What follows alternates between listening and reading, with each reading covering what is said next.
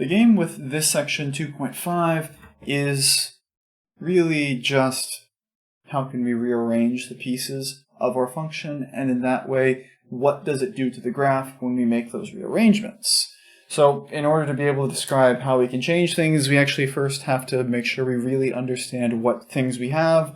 So we're just going to give a quick rundown here of the most basic families of functions that we've seen so far, where first we have the constant function. It's not very interesting, but it does have a domain from negative infinity to infinity. Its range is just going to be the value that it is c, where it will always be constant, not increasing or decreasing, and technically these are even functions, and if it's 0 in particular, it's also an odd function. Then we have the identity function, which is the very basic linear function, which has domain and range, negative infinity to positive infinity. It is always increasing on that interval, and it is an odd function because you can flip it over the origin.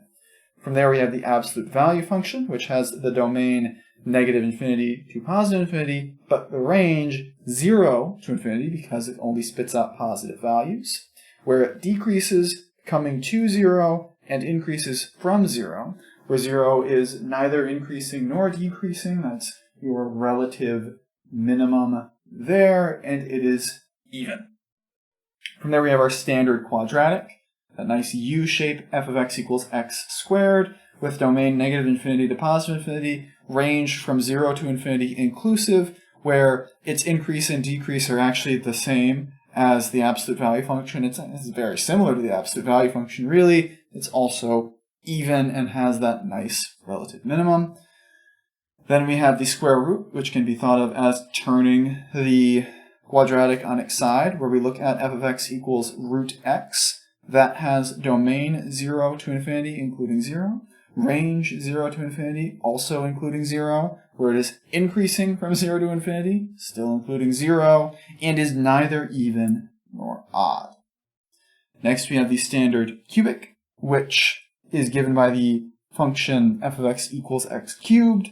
That has domain and range negative infinity to positive infinity, where it is increasing on kind of the entirety of its range. I think that's not really fair to say that. We should be a little bit more specific that it doesn't really do either at the point 0, but hey, the book, I guess, wants to be shorthanded here, and this is the defining odd function.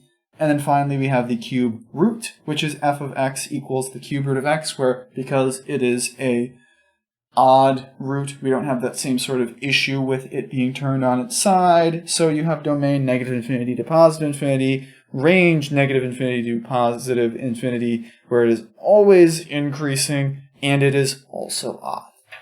So with all of these pieces in mind, and yes, there are a few of them, we're going to start out by talking about our most basic adjustment, which is the vertical and horizontal shift.